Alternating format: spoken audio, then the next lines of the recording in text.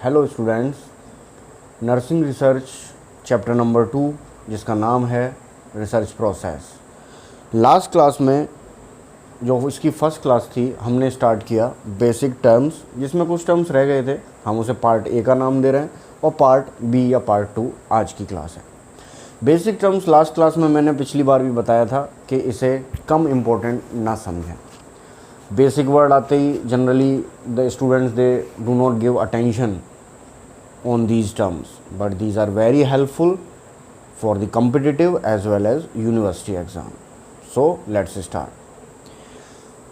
First point है, एक और टर्म मैं आपको समझाता हूँ। सबसे पहले हम लेते हैं लिमिटेशन। लिमिटेशन और डीलिमिटेशन, ये दो वर्ड बड़े कंफ्यूजिंग हैं और आपने सुने होंगे।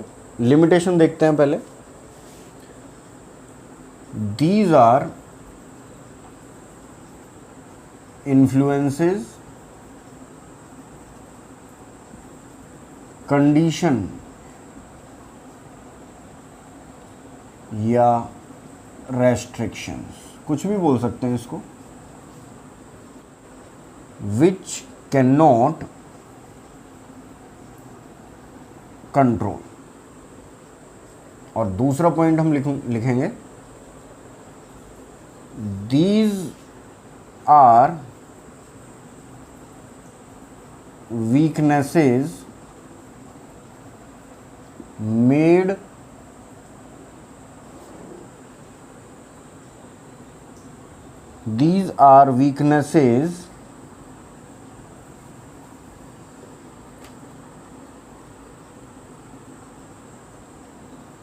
related to decision made in the study। समझ लीजिए, लिमिटेशंस और डीलिमिटेशन। सबसे पहले हमने लिया लिमिटेशन। लिमिटेशंस ऐसे इन्फ्लुएंसेस हो सकते हैं, ऐसे प्रभाव हो सकते हैं, ऐसे इफेक्ट डालने वाली चीज़ें हो सकती हैं, या कोई कंडीशन हो सकती है लिमिटेशन, या कोई रेस्ट्रिक्शंस स्टडी में आने वाली बाधाएं हो सकती हैं जिन्हें रिसर्चर कैन नॉट कंट्रोल, जिन्हें रिसर्चर कंट्रोल नहीं कर सकता है। वो आएंगी आपकी मेथोडोलॉजी में, वो प्रॉब्लम्स आएंगी, वो रेस्ट्रिक्शंस, वो कंडीशन या वो इन्फ्लुएंसेस आएंगे जिन्हें रिसर्चर कंट्रोल नहीं कर सकता है। उन्हें तो कहते हैं लिमिटेशंस। और थोड़ा इजी वे में समझते हैं। दीज आर वीकनेसेस, ये कमियां होती हैं। लिमिटेशंस क्या होती हैं? कमियां related to decision made in the study. ये कमियां क्यों पैदा होती हैं? ये उन डिसीजंस की वजह से पैदा होती हैं जो रिसर्चर ने लिए हैं, जो रिसर्चर ने मैथोडोलॉजी में लिए हैं। जैसे मैं एक एग्जांपल देता हूँ। एग्जांपल, डेटा कलेक्शन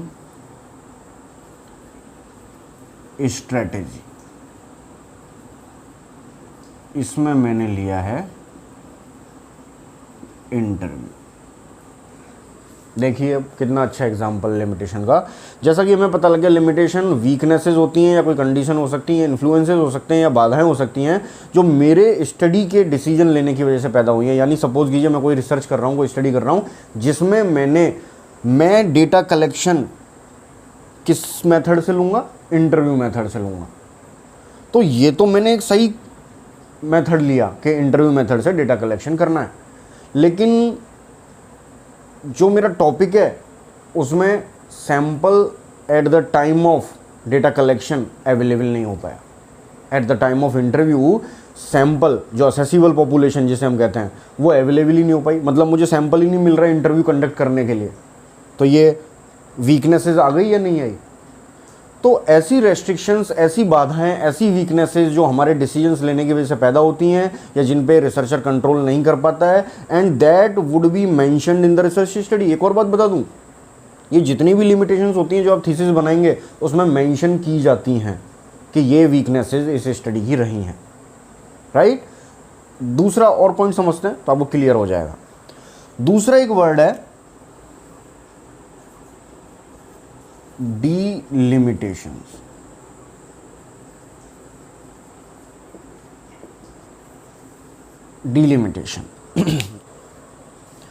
डीलिमिटेशंस क्या होती हैं? It is choices made by researcher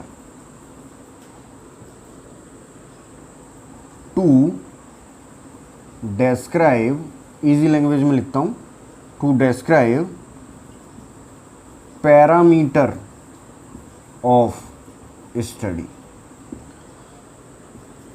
can be controlled। इसको हम कह सकते हैं scope of study, scope of study, and it is boundaries for study. अगर आप नोट्स बना रहे हैं तो आप लिख भी सकते हैं अपनी कॉपी में, अगर आप स्टूडेंट हैं अभी और रिसर्च सब्जेक्ट पढ़ रहे हैं तो। अदरवाइज कॉम्पिटिटिव पर्पज से तो आप वीडियो देखकर भी समझ सकते हैं। डीलिमिटेशन, किसी चीज़ को डीलिमिट करना, किसी चीज़ को एक बाउंड्री में बांधना, किसी चीज़ को एक सेट क्राइटेरिया में बंद करना, डीलिमिट करना। देखिए साफ साफ लिखा हुआ है,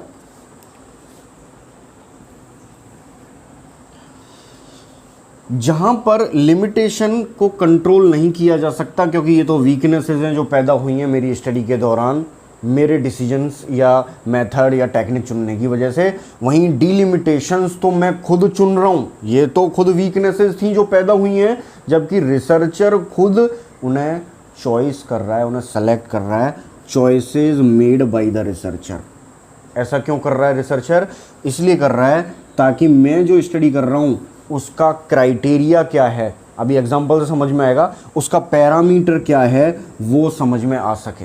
मेरी स्टडी का बाउंड्रीज कितनी है, मेरी स्टडी कहाँ डीलिमिट है, मेरी स्टडी कहाँ से बाहर नहीं जा सकती। एक बहुत सिंपल एग्जांपल देता हूँ।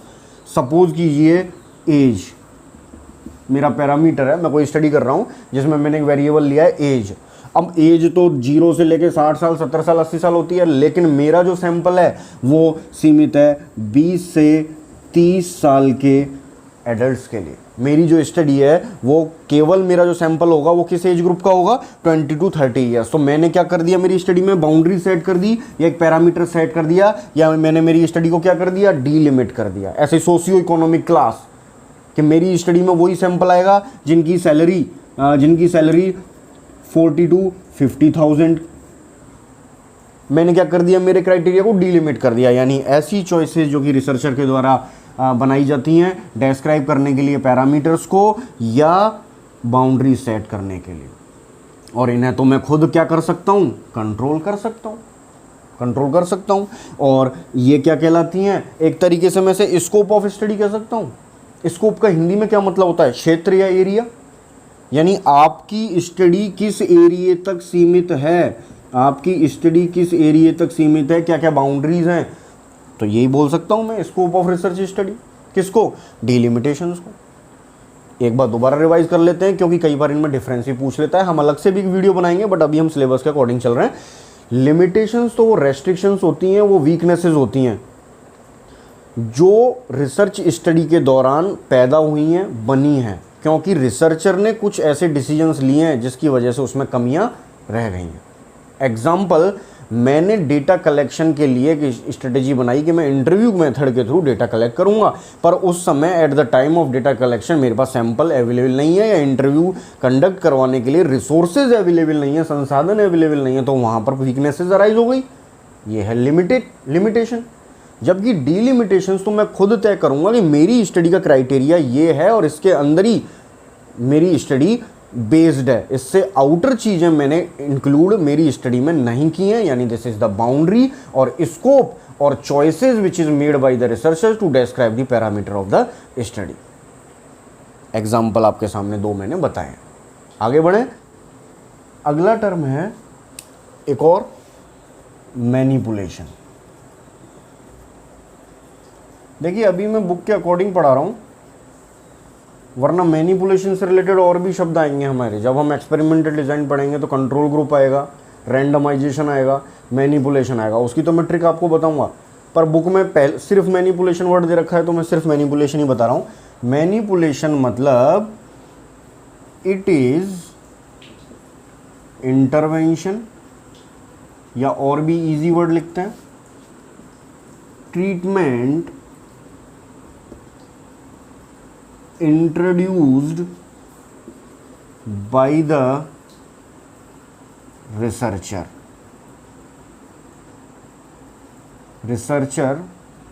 in an experimental study। ठीक है, क्या होता है मैनिपुलेशन?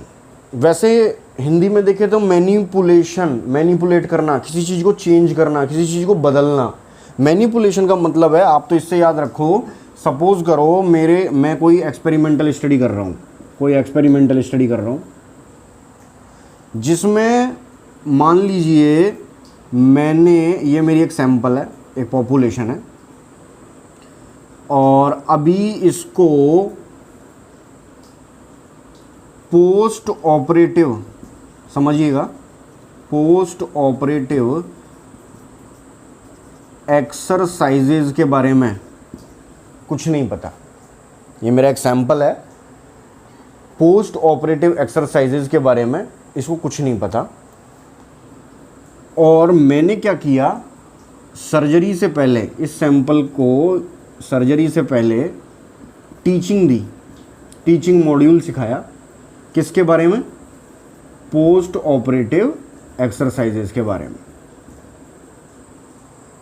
ठीक, और फिर क्या किया मैंने, इस सैंपल का पोस्ट टेस्ट लिया, मतलब पहले प्री टेस्ट ले लिया, या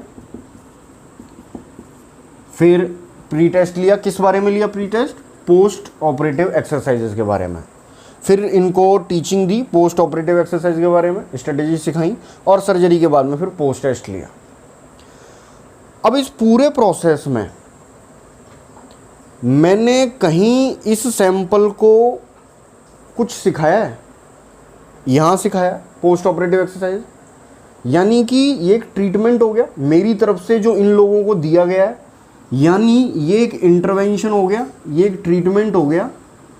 इंट्रोड्यूस किया है, किसने इंट्रोड्यूस किया है? रिसर्चर ने। क्यों किया है? एक्सपेरिमेंटल स्टडी में, ताकि रिजल्ट इंप्रूव हो सकें या रिसर्च स्टडी कंडक्ट हो सके। मैनिपुलेशन का मतलब किसी एक्सपेरिमेंटल स्टडी में रिसर्चर के द्वारा दिए गए इंटरवेंशंस तरह तरह के और ट्रीटमेंट्स, वो एक भी हो सकता है और वो एक से ज़्यादा भी हो सकता है। अगला टर्म, ये भी बहुत कॉमन टर्म है, पॉपुलेशन।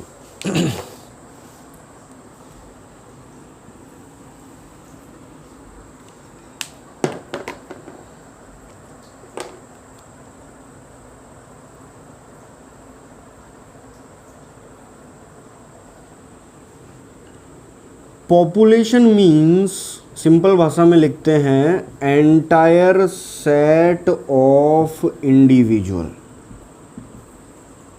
ब्रेक करके लिखते हैं, देखिए लंबे सेंटेंस हमें याद नहीं रहते हैं। एंटायर सेट ऑफ इंडिविजुअल, तो हमें छोटे छोटे सेंटेंस में लिखना ज़्यादा सही रहता है। आप भी नोट्स बनाएं तो किसी लॉन्ग सेंटेंस को तोड़ तोड़ के बनाया करें। Entire set of individual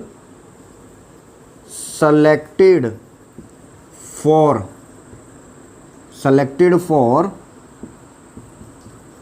participation in study।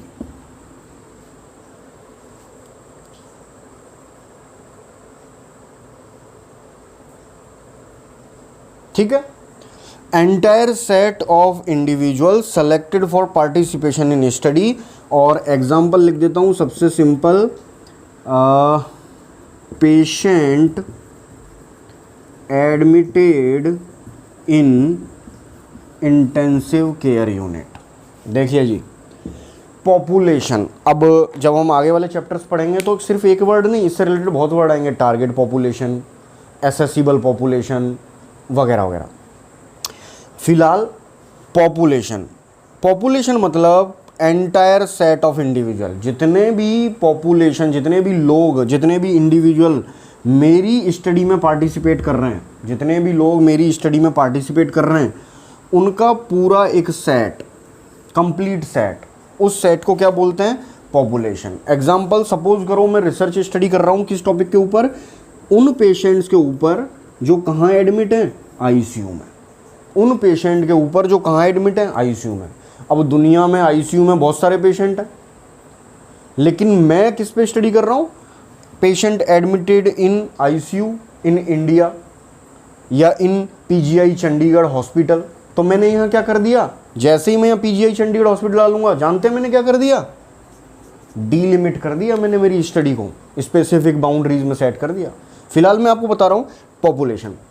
Population मतलब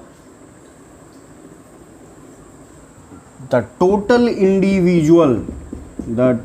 individual that are selected for study, that is called population। अब इस पॉपुलेशन में से मेरी जितनी टारगेट पॉपुलेशन होगी, जैसे मैंने बोला कि आईसीयू में भर्ती होने वाले मरीज मेरी पॉपुलेशन है, लेकिन पीजीआई चंडीगढ़ हॉस्पिटल में आईसीयू में होने वाले भर्ती मरीज मेरी क्या कहलाएगी आगे जाके? Target population. और उसके बाद एक और टर्म आएगा असेसिबल पॉपुलेशन। ये सब हम बाद में करेंगे। पॉपुलेशन का मतलब entire set of the individuals जो कि स्टडी में पार्टिसिपेट करेंगे जो कि सेलेक्ट किए गए हैं पार्टिसिपेशन के लिए, स्टडी के लिए। एग्जाम्पल, आईसीयू में एडमिट मरीज। पॉपुलेशन वर्ड को एक और वर्ड से जाना जाता है, कभी कभी किसी बुक में आपको पॉपुलेशन की जगह यूनिवर्स ऑफ स्टडी भी कह सकते हैं। यूनिवर्स का मतलब क्या होता है? ब्रह्मांड, यानी संपूर्ण। तो संपूर्ण जो आपकी आबादी है, जो आपकी स्टडी में पार्टिसिपेट करेगी, उसको हम यूनिवर्स ऑफ स्टडी या पॉपुलेशन ऑफ स्टडी कह सकते हैं। एक ही बात है, ठीक है। चलिए और वर्ड देखते हैं। एक और इजी वर्ड, ये भी आपने रिसर्च में बहुत सुना होगा, सैंपल। सैंपल का मतलब होता है ए पार्ट या subset of population which participate in study. एक और वर्ड ले रहा हूं इसके साथ ही थोड़ा स्पीड से, सैम्पलिंग। सैंपल के साथ सैम्पलिंग। सैम्पलिंग मतलब the technique for selecting sample। समझ लीजिए, एक मिनट में समझेंगे। सैंपल का मतलब एक पार्ट, एक हिस्सा। किस चीज का हिस्सा? आगे क्या लिखा हुआ है? पॉपुलेशन का हिस्सा। और अब आप ये नहीं कह सकते कि पॉपुलेशन क्या होती है। Just we have discussed population, entire set. तो मेरी रिसर्च स्टडी का जो एंटायर सेट है, उसका एक बहुत छोटा सा पार्ट या सबसेट जो मेरी पूरी स्टडी को रिप्रेजेंट करेगा, उसे क्या कहते हैं? सैंपल। दोबारा बोल रहा हूं, पॉपुलेशन का वो छोटा सा पार्ट जो मेरी पूरी स्टडी को रिप्रेजेंट करेगा और जो मेरी स्टडी में पार्टिसिपेट करने वाला है, उस छोटे सब पार्ट को, सबसेट को क्या कहते हैं? सैंपल। और इस सैंपल को मैं कैसे सेलेक्ट करूं? पॉपुलेशन तो इतनी बड़ी है, आईसीयू में भर्ती मरीज तो इतने सारे हैं, सेलेक्ट कैसे करूं? क्या तरीका ऐसा निकालूं? तो उस तरीके को, उस प्रोसेस को, उस टेक्निक को जो सेलेक्ट करवाने में मदद करती है सैंपल, उसे क्या कहते हैं? सैम्पलिंग।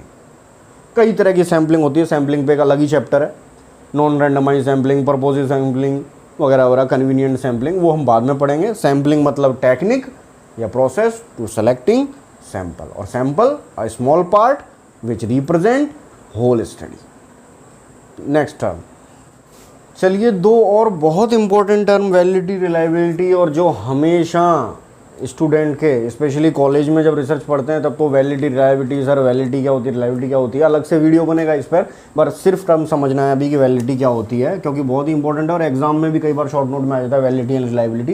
वैलिडिटी लेते हैं पहले। वैलिडिटी मतलब a degree of accuracy with an instrument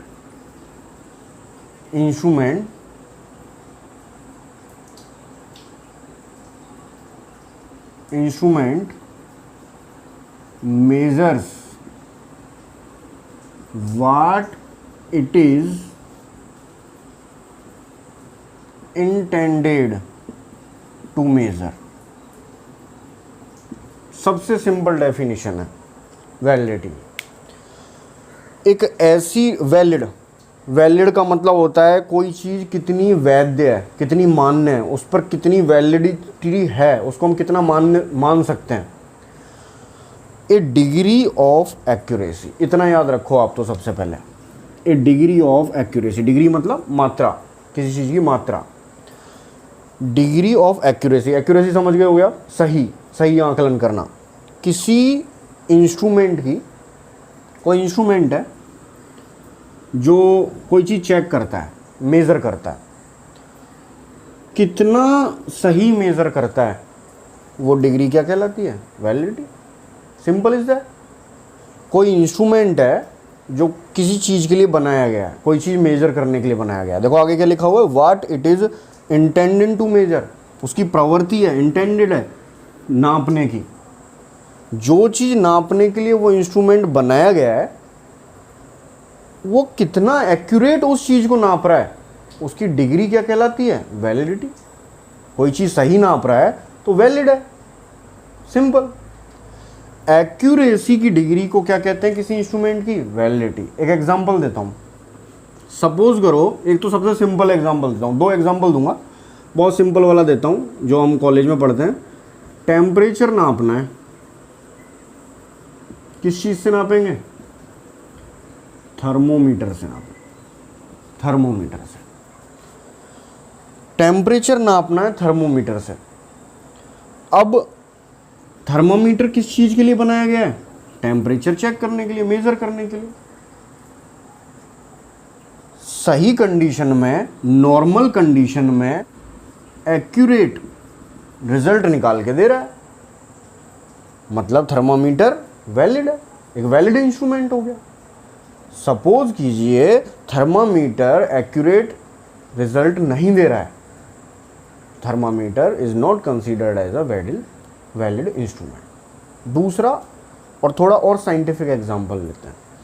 suppose करो मुझे एक ग्रुप की स्टूडेंट्स की इंटेलिजेंस चेक करनी है, और इंटेलिजेंस चेक करने के लिए मैं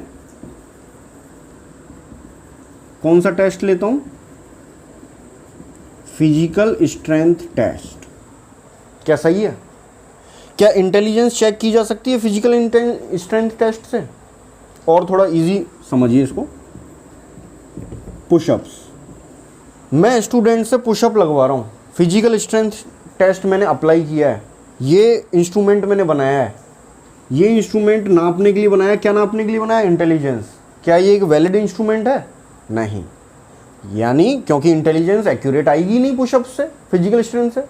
यानी एक ऐसा इंस्ट्रूमेंट जो किसी चीज़ को चेक करता है, लेकिन वो जितना एक्यूरेट चेक करता है, उस डिग्री को क्या कहते हैं? वैलिडिटी। और दूसरा टर्म देखिएगा एक बार, फिर सेपरेटली हम एक ब्रॉड डिस्कशन करेंगे अलग से एक वीडियो में। रिलायबिलिटी। रिलायबिलिटी में देखिए,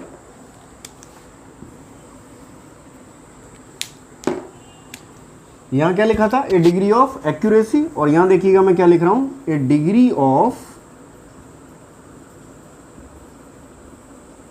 consistent. A degree of consistency with an instrument measure what it is designed to measure। ये सबसे सिंपल डेफिनेशन हो गई।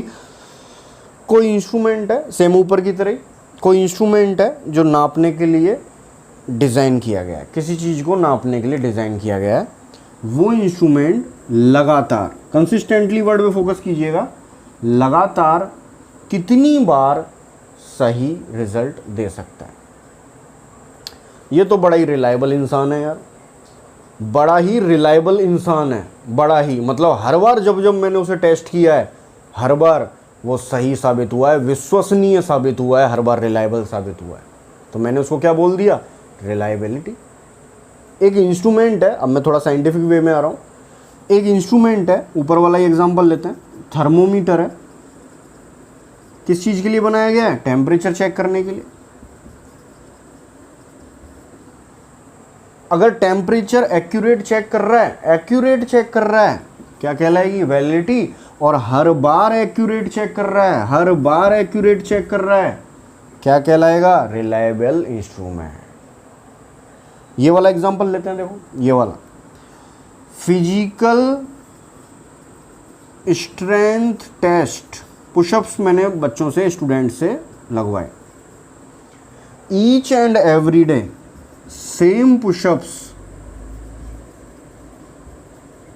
एक student, same student, number of pushups fix लगा रहा है, फिक्स 20 पुशअप्स एक स्टूडेंट रेगुलर लगा रहा है, मीन्स मेरा ये फिजिकल स्ट्रेंथ टेस्ट एक्यूरेट भी है और रिलायबल भी। एक्यूरेट क्यों है, इंटेलिजेंस थोड़ी चेक कर रहा हूँ, अब तो मैं क्या चेक कर रहा हूँ, फिजिकल स्ट्रेंथ चेक कर रहा हूँ। इसी एग्जांपल को थोड़ा मॉडिफाई कर दिया है, physical strength test physical strength check करने के लिए बनाया है, और फिजिकल स्ट्रेंथ टेस्ट में 20 पुशअप्स लगवा रहा हूँ, एक स्टूडेंट डेली सेम कंडीशन में 20 पुशअप्स लगा रहा है, मतलब मेरा ये कंसिस्टेंसी एकदम ठीक है, ये इंस्ट्रूमेंट रिलायबल है। अगला टर्म हमने लिया पायलट स्टडी। देखिए जी, पायलट स्टडी क्या होती है, सिंपलेस्ट टू कॉम्प्लेक्स चलते हैं। स्मॉल स्टडी बोल सकता हूँ, स्मॉल एक्सपेरिमेंट बोल सकता हूँ,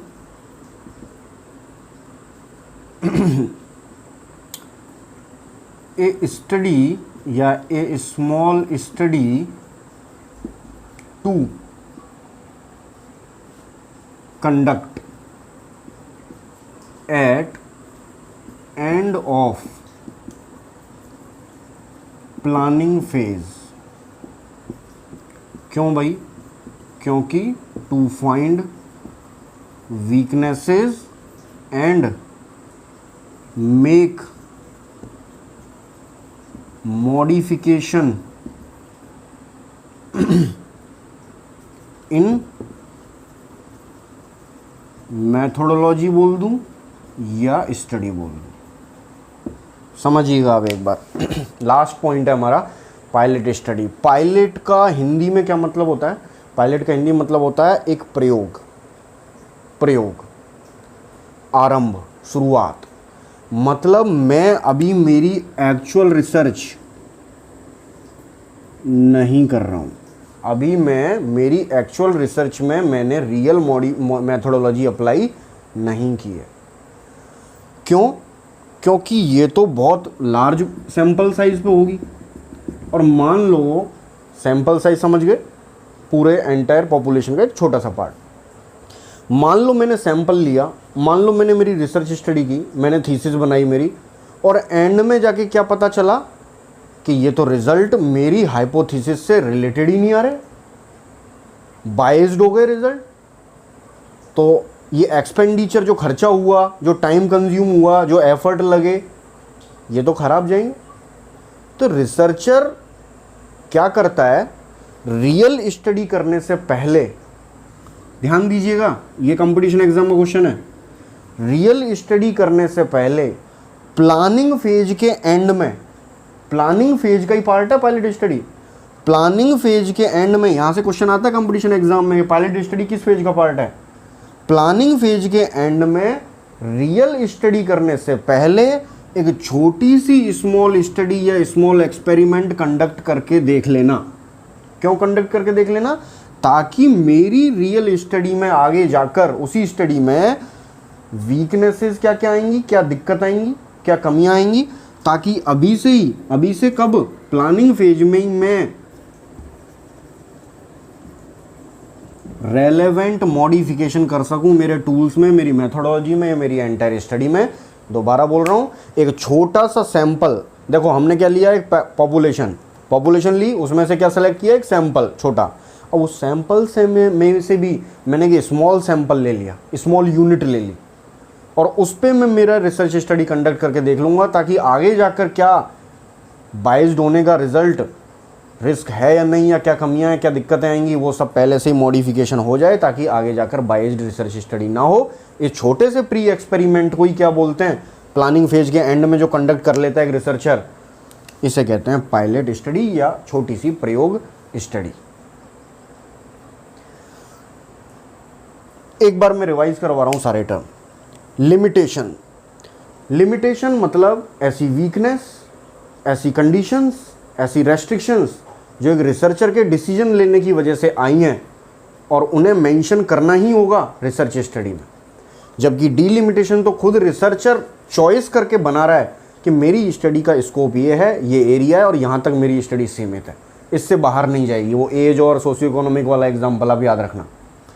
मैनिपुलेशन मतलब किसी ग्रुप में जितने भी तरह के इंटरवेंशन या ट्रीटमेंट एक रिसर्चर देता है, इंट्रोड्यूस करता है स्टडी के दौरान, उसको इंटरवेंशन और ट्रीटमेंट को क्या कहते हैं, मैनिपुलेशन। पॉपुलेशन मतलब entire set of the individuals जो कि मेरी स्टडी के लिए सेलेक्ट किए गए हैं। सैंपल मतलब इस एंटायर पॉपुलेशन का एक छोटा सा हिस्सा जो मेरी स्टडी में रियल में पार्टिसिपेट करेगा, रियल में पार्टिसिपेट करेगा, उसे सैंपल कहते हैं। पूरी एंटायर पॉपुलेशन थोड़ी पार्टिसिपेट करती है, उसे छोटा सा यूनिट पार्टिसिपेट करता है। अच्छा, एक और बात यहीं पे, इसी सैंपल का एक छोटा सा पार्ट लेके पहले से ही स्टडी में आगे फ्यूचर में क्या कमियां आएंगी उनको मॉडिफिकेशन कर लेना है, रेलिवेंट चेंजेस कर लेना, वो क्या कहलाएगी, पायलट स्टडी। सैम्पलिंग सैंपल को सेलेक्ट करने की प्रोसेस है। वैलिडिटी मतलब किसी चीज़ की एक्यूरेसी, कि कोई इंस्ट्रूमेंट जिस चीज़ के लिए बनाया गया है कितना एक्यूरेट रिजल्ट दे रहा है, और बार बार बार बार अगर वो सही रिजल्ट दे रहा है मतलब कंसिस्टेंसी, दैट इज रिलायबिलिटी। ये था हमारा बेसिक टर्मिनोलॉजी पार्ट 2 जो कि आज ख़त्म होता है। अब हम मेन रिसर्च प्रोसेस में चलेंगे, चैप्टर नंबर 2। अगर आपने पिछले वीडियो नहीं देखे हैं तो जल्दी से एक बार ब्रशअप कर लें। मिलते हैं जल्दी नेक्स्ट वीडियो में।